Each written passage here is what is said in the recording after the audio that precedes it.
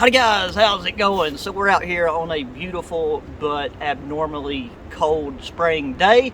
It's extremely windy, so hopefully for the durations where I am speaking the English language to you guys, you can hear me. What we're out here to do today is turn what was our freestanding bed and shelter into a canvas tarp tent slash wall tent. I don't know if I'm going to go with more of a A-frame pitch. It's really going to depend on how far the tarp will hang, because I was originally thinking about just having it go straight down from these ridge poles. However, considering it's already at this construction with the tripods, might go ahead and just take it and make it flat out. I've got to go find something we can use as a ridge pole, and I've got a new wood stove. So tonight it's going to get down to about 39 to 41 degrees plus the wind. And with the wood stove, it'll be perfectly safe to have a fire. I can fit it in front right here. And yeah, and this time I've got a Bushcraft tripod weight underneath you guys, because that's been part of the delay and the expanse in videos, as my main recording device broke, so I do not need my tripod blowing over again. And then even though I brought that new wood stove, I forgot to bring the saw. So when it comes to dead wood, we're mostly going to have to work with what we can find on on the ground, because I don't want to have to hack up everything with that knife. But as far as our main ridge pole, that's the only option we got. So let's go find one.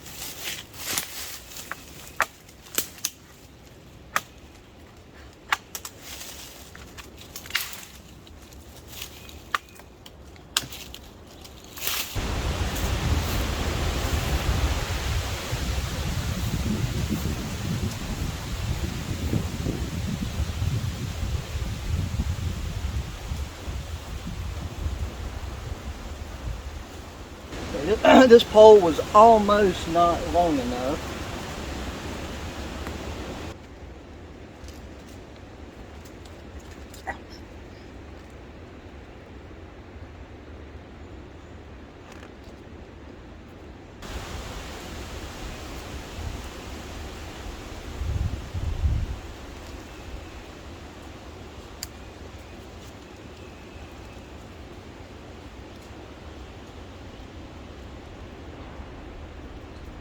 I think now I just got to tie the other end. I'll reinforce that some more. That right there, where that that's where the notch I cut is, down a little bit, but it should catch.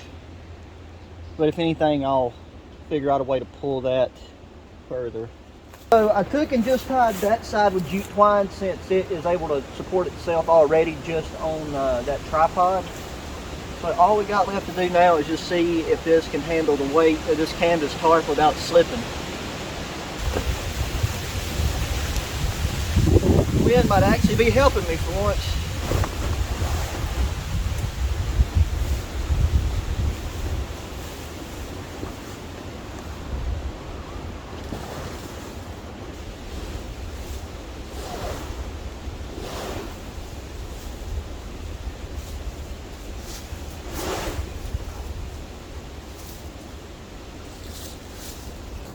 Okay, so I still want this to be more of like a wall tent design, because like looking in there, there's actually a lot more room without this being pulled out to an A-frame, because that'll help cut the amount of wind that could enter in on either side.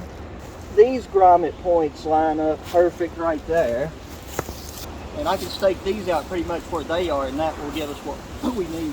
This thing has small grommet holes, but I think if I use one of these limbs and make the stakes long enough from that sapling that we cut down, gotta make sure that I'm gonna try to start with a thicker, like a thicker girth. I don't really even need to sharpen that.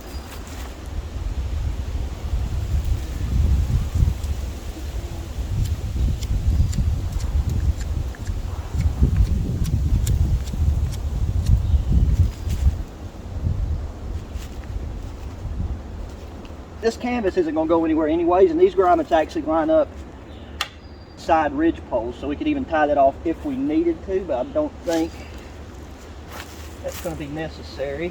Okay, so I got the back straight down to the ground with the actual corner grommets along the edge all the way around. I think what I'm going to do with this front area is just throw on some of these scrap pieces, and we're not going to be using our fire pit because it's too windy and we got our wood stove. On the edges, and I'm going to go take and put some rocks along the back edge at the stakes.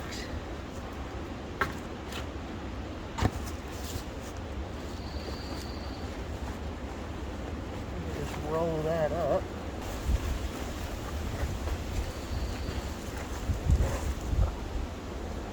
I took, and since I knew I was going to be trying out a new backpack and be doing a lot of stuff this summer as an extra water container, I got this new Mimo bottle.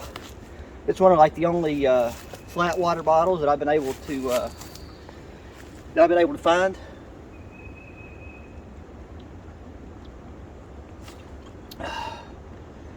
And it just rides really good along the back of a backpack if you don't have large enough water bottle holders on the outside, which is pretty common. So here is the finished product, a tarp wall tent. That quick and easy. I mean, you got to remember our frame was already built in here, but there is actually a very good bit of room right there, and I kind of positioned it to where it's not going to rain. There is some holes right there, but there's plenty of sleeping area, so that wouldn't be an issue. And then this is what the back side looks like. So got it staked out right there in the middle. Got a rock with the stake on each corner. Still got that same wall tent shape. And now it is time to get our stove. Okay, so this bad boy right here is the Winter Whale Nomad Large. So it is a very, very heavy duty stainless steel stove. I've done one burn in it at the house just to break it in, get any potential, you know, thing that's on the exterior from the manufacturing burn off of it. Burnt really good. I've never used a wood stove camping before, like a hot tin or anything. I really wanted to start doing that this winter, but it wasn't in the cards. But this stove right here, I'm going to still be using a lot this spring and maybe even some in the summer because it's good when it's windy. So you can still have a fire to cook on, but you're not going to be using this unless you have an ATV or you're car camping.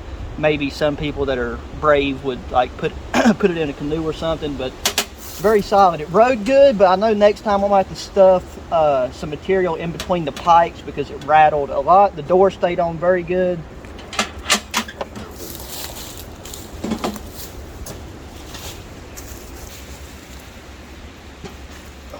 So I'm going to take and attempt to get the pipes out right here before we set the stove there, because we can put the pipes on once it's inside that area right there. So yeah, I've only took this thing, put this thing together and took it apart once, and putting it together is super easy, and I guess taking it out's easy, but I can tell you that getting the pipes to fit in here, I've not got the perfect geometry yet. I'm not sure if that rack needs to be tilted or stay in place, and where the damper should sit.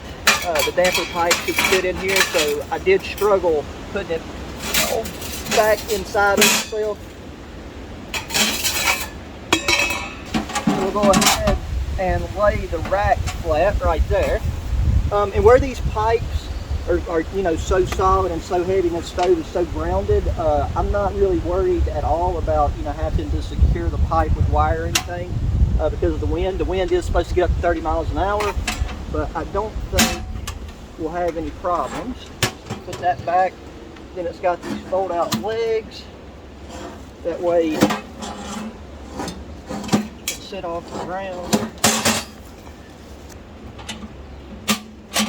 We are going to be putting this bad boy right in here. That way we can access it from inside. And then now we'll take in the pipes on. And yet you want to take and put your damper pipe on first.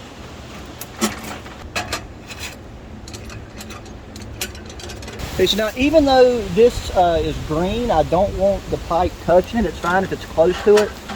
But I'm going to offset it a little bit to this other side. And that gives us about that much clearance. And then the spark arrestor nests inside like any of these other main pipes, except for the damper pipe. And we really don't need to go much higher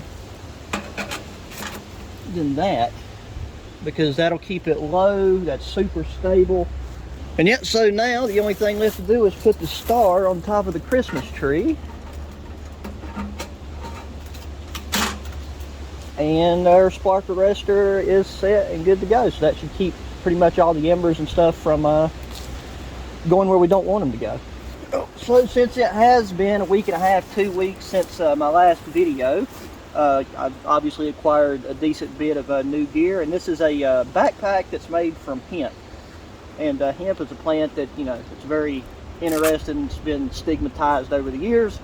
But the name of this company and bag is Datsusara. I hope I'm pronouncing that right.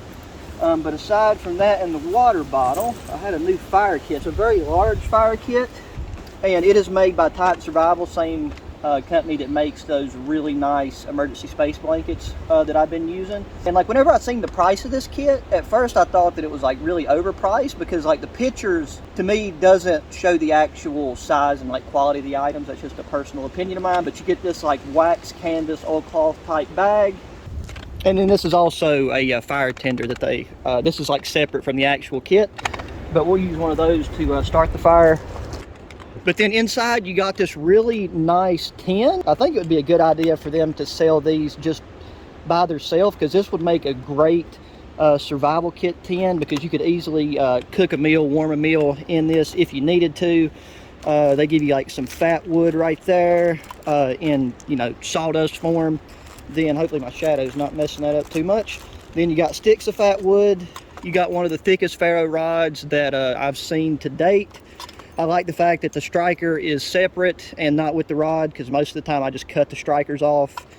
Got a collapsible bellow tube.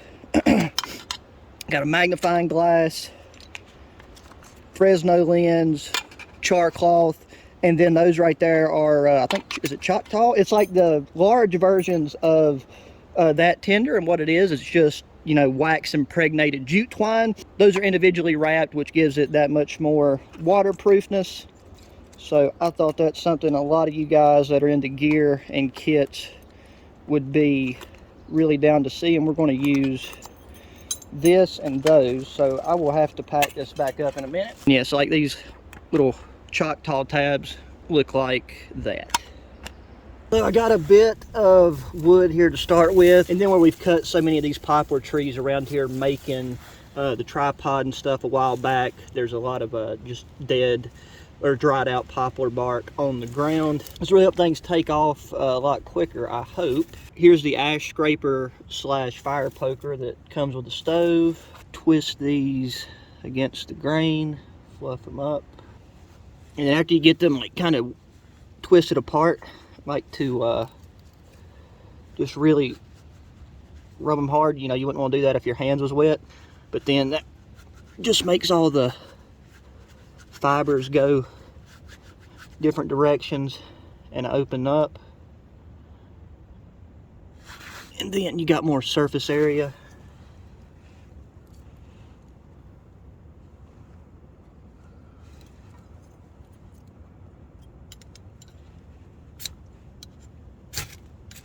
There we go. We'll slide that in a bit. I'm going to take and put this in that.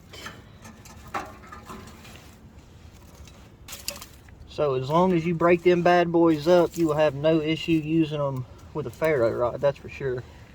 I'll probably attempt that because I don't have much wood at all under here, and what I have is soft wood that was going to burn up in no time. So the main thing is to get a good coal base in here, and then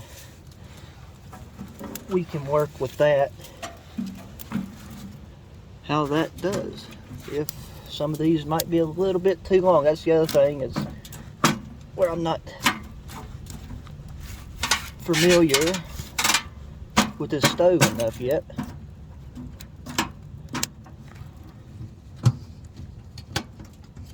There we go. And here's the damper. It's got 2 levels. I'm going to leave it, even though it's just starting, barely open, because I want that to burn slow for me. So from the outside, this thing is burning flawlessly. We barely got that damper open, and there's hardly no smoke whatsoever. And that is with soft and or damp wood. So really, really impressed with that. And brought down that white duck duffel that I had on the back of my backpack with, it's got my wool blanket for tonight. It's got a new power bank that I just got. It's like a smaller one that's, you know, more reasonable to camp with. And a couple other things like a lantern and just some odds and ends that wouldn't fit in this bag. But I just went and got more wood, and I'm going to keep an eye on that and just kind of get an idea for how it burns. We're not really using the stove for our heat source tonight because it is already warming up the inside of that camp, even though both sides are open. And like I said, it would be really easy to close off this one side. It's already getting really warm in there. And the main thing we're going to use that for is to cook. So I'm going to get out this chair, and a reminder for all of you guys or anybody that's new, the giveaway for the Pike Trail chair like this right here is still ongoing because I had that unplanned absence for about the past 2 weeks. I'm going to take and extend the giveaway time, and we'll do the giveaway at the end of this month, being May 2003. So I'm going to take and get this bad boy set up and sit out here and just enjoy the breeze, but it is cooling off quick, and I'm just going to keep an eye on that spark arrestor and just make sure that I don't see any potential issues. Okay, and while I take and sit here and relax and watch that spark arrestor, I'm going to be trying a new Pursuit energy flavor. They are doing a collaboration with Primus Hunting. This one is blazing orange flavored, 0 sugar. I always go with the 0 sugar ones just because just regular sugary drinks don't yeehaw with me. And I'm hoping that this is orange flavored, because that's my favorite. I've got the other flavor as well right off the top of my head. Can't remember the name of it, but it's green, so it probably tastes green. Yeah, that is a delicious, like I said, I compare that flavor to like an orange dreamsicle, so it's very similar to their standard orange drink. Maybe it's the same and this is just like a promotional can collaboration, but either way, this is not a paid product placement or nothing. I just really think it's cool that there's an energy drink company that their whole premise, their whole thing revolves around outdoor activities, hunting, you know, shooting, just outdoor activities. Alrighty, well, it won't be too long until meal time, which I'm ready for. But like I said, I did have a couple of new goodies that I planned on showing you guys just while we're doing this video, and we got time to kill, might as well. I just got a brand new pair of boots that I'm wearing right now. These are Sawdex boots, and I was on Amazon just looking for something for summer that would be like a lot more breathable, and these are just like 100% breathable. They're not waterproof, they're, you know, water resistant. I was looking for something that had a very aggressive tread on the bottom, and that was lighter weight. Now these are steel toe, and despite the fact they're steel toed, they're lighter than most leather boots. The only thing I have against them at the moment is they only come in black, and I'm not a huge fan of black boots. With that said, I've worn them around like for about a week just in general daily use. and I've not went on like a really long hike or done a lot of that. So I mean, that's to be continued. Just thought I would show you guys this, before, and then we can compare after in a while, because I'll be alternating between these and those Limbs leather boots, because those are waterproof. So if it's going to be wet conditions, I'll go with those. But these should dry out fast. I was worried about the mesh outer here, but as you can see, whenever I was clearing the ground, tons of briars, I was kicking briars and brambles, and I don't see any picks on the shoes yet, so something to look out for there. Let's get this open. The one mistake I made is I put some things underneath the wool blanket. I got that right there. This is a charging cable I'm going to need.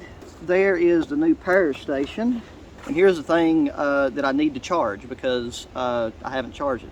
This is just a little waterproof lantern that is very bright and will be really nice to have in there later. So yeah, I didn't even know they made power stations this size. I thought you could only get those giant ones. But I mean, as you can see, this one's by a company, All Powers. This one even has wireless charging on the top. So if your phone's compatible, you can just set it up there. It's got an AC outlet, 2 USBs. And if I remember correctly, the model of this thing is called, I think, the S200. Yeah, the S200. It's got 154 watt hours of power, 200 watt AC out, and it weighs, if I remember correctly, 3 pounds. So we are going to take and give this bad boy a look. I took and charged it up before I left. I like the fact that it shows you your input, output for DC and AC, and it'll tell you how many more hours you have left for whatever you're charging. And so I'm hoping that this was a USB Type-C, and it was. Let's go. So we'll plug that in there, and it, we got USB on here, but I want to try the AC out because that'll charge faster. And it's got these buttons here on the side to where you switch it between AC or the USB out. So it looks like it's charging. And where this lantern is probably not taking hardly anything, that's what the interface looks like. So like I said, it's not going to rain. This is not meant to get wet. This is not necessarily designed for heavy outdoor use. Great for camping and if you have a good shelter, but like I would not want to get caught out in the rain with it, because that would probably ruin it. So yeah guys, I think that is pretty much all of the new gear that we have brought with us. If I forgot something, then you'll see it at some point or another. I can assure you that much. So I'm going to take and get some more wood, stoke the fire. It's burning super efficiently. So I'm getting a better idea of kind of how to control it overall. I'm going to wait a bit for our bedding system. I'm not really going to be, it's going to be too cramped in there to try to get the blanket and everything like that done. So I'm going to set it up outside and just slide it in. But I don't want to be working with the stove too much around my Gore-Tex bivvy, because I don't want to take a chance on something coming out and burning a hole in it. Not realized that this chair was going to be able to fit here and me actually have headroom sitting sideways, which is the direction I'd like to sit. That way I can enjoy the fire, but I'll also be able to take and sit in this chair while I cook, and it'll be a lot easier because I'll be higher up. So the height of this worked out perfect, and you just got nice ambiance of being able to see the fire through that glass right there. And the thing that I wasn't sure of, that I've been very pleased with, is that glass right there, has not fogged up or blackened whatsoever. And I think that's kind of the difference between like a higher end stove like this one versus like, the $120 Amazon stoves, is like the quality of like fireproof glass and stuff they use. Being just this close to that stove, I'm starting to sweat a good bit. And right now it's probably 50 degrees outside, I had to say. Like I've been moving around, but then after I sit down out there to chill, I had to put the bearskin hoodie on. Under here it's fine. And like most of the wind is coming from like this direction and getting blocked, which is nice, but it's really relaxing to just like listen to the wind and the leaves and everything out there. Okay, let's take and finally get some food going. I don't know how long it's going to take just to heat up these 2 cans of Chef Boyardee, and I'm going to get a little bit closer for you right here in a second. We'll just set that right there. That should be fine. I'm going to get the chair over here in a second for stirring. I did forget the last piece of new gear is I got a new titanium spork. This was made by Cubic. Same as the that titanium grill grate and titanium alcohol stove that I always use whenever I get home. Oh, hello. Well, that got hot quick, which is not a surprise. Titanium does.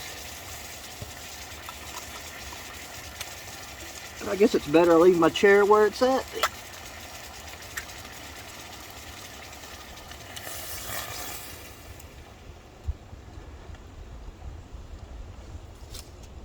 Okay. So I really don't even need to cover these up any.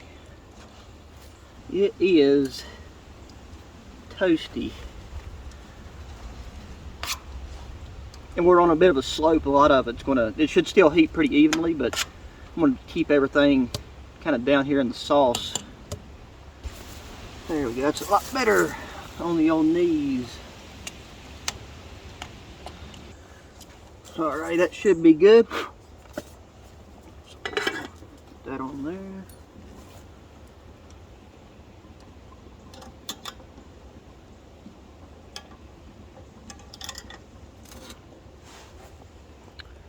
There we go.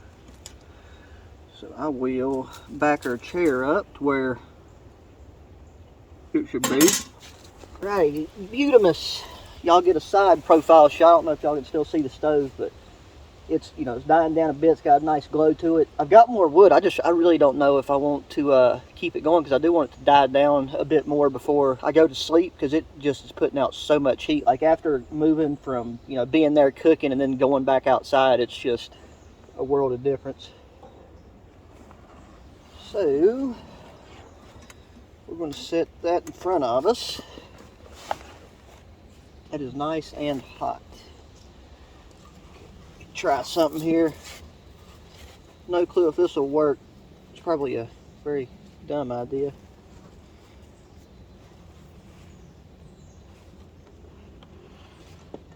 Oh, there we go. It's a very unsturdy table, but that works.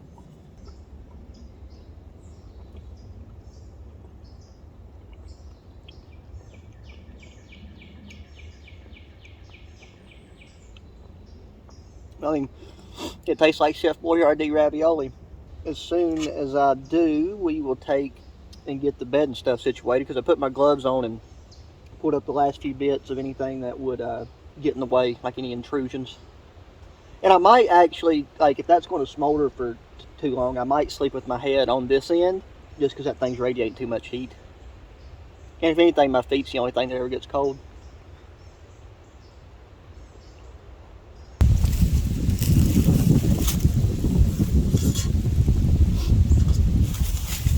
Alright, let's throw the sleep system together real quick.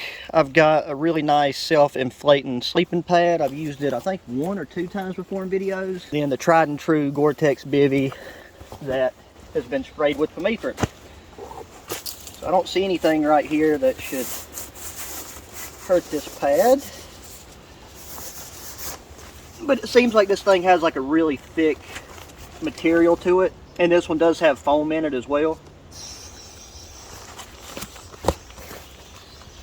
We'll just give it some encouragement.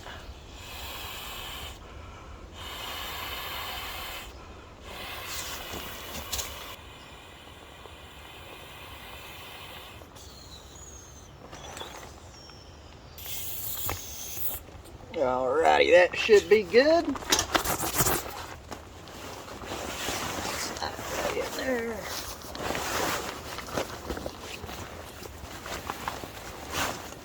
Let's not get it. We just need, it's like the head is a little bit big, but that'll be fine. Now we just need to put the wool blanket in. This is actually going to be the most difficult part. This is that king size, one of my king size Ectos wool blankets. I think this might be overkill. I'm definitely just going to be sleeping in this shirt. I'll use my bearskin hoodie as a pillow.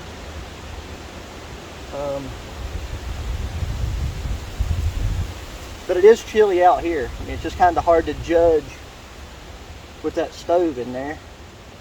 I'll leave this side on here.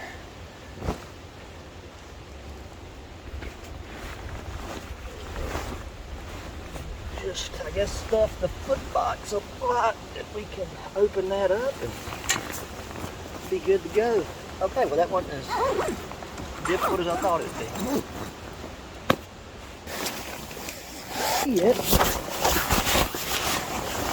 It is about 10 o'clock.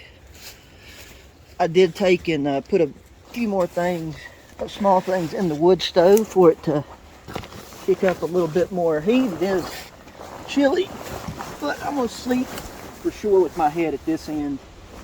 I don't want to get that too close. I'm not sure how well you guys can see.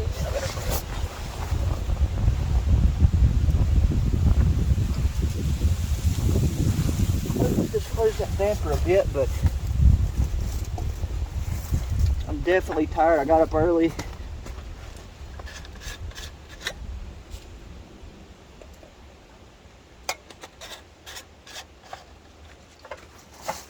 Oh, but this has been a very fun and enjoyable day, and it's nothing but good to be back out and doing this stuff. So I'm going to get my boots untied and crawl in the sack. I took, and I guess you can't see it now, but I took that lantern and just run a piece of jute twine up and over the top ridge pole to hang it from, and that thing throws off a lot of light. And I've got my headlamp in my pocket if I need it, but sometimes it's hard to find the button on this thing. I'll grab my bearskin hoodie and tuck it under here, and we'll use it as a pillow.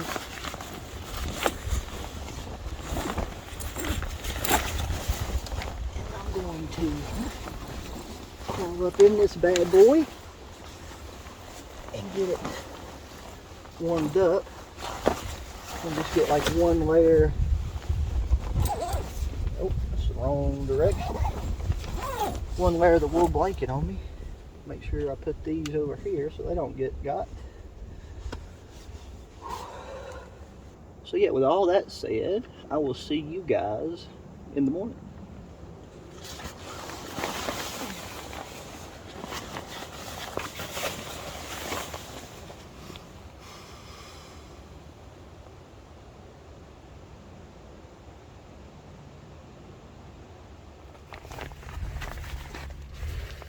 Oh man, good morning, guys. That was a very good night's sleep. It was still really windy. It's the wind's still really windy this morning. Not as much as yesterday, but I'm really glad that I slept with my head this direction, because I could still feel that stove like radiating heat down towards the bottom, which wasn't a big deal for my feet, but really like the stove, and I'm really happy with how this shelter turned out. If it can handle winds that heavy, the only other test is to see how it does in the rain. And this canvas tarp has been out, in the weather for like months now.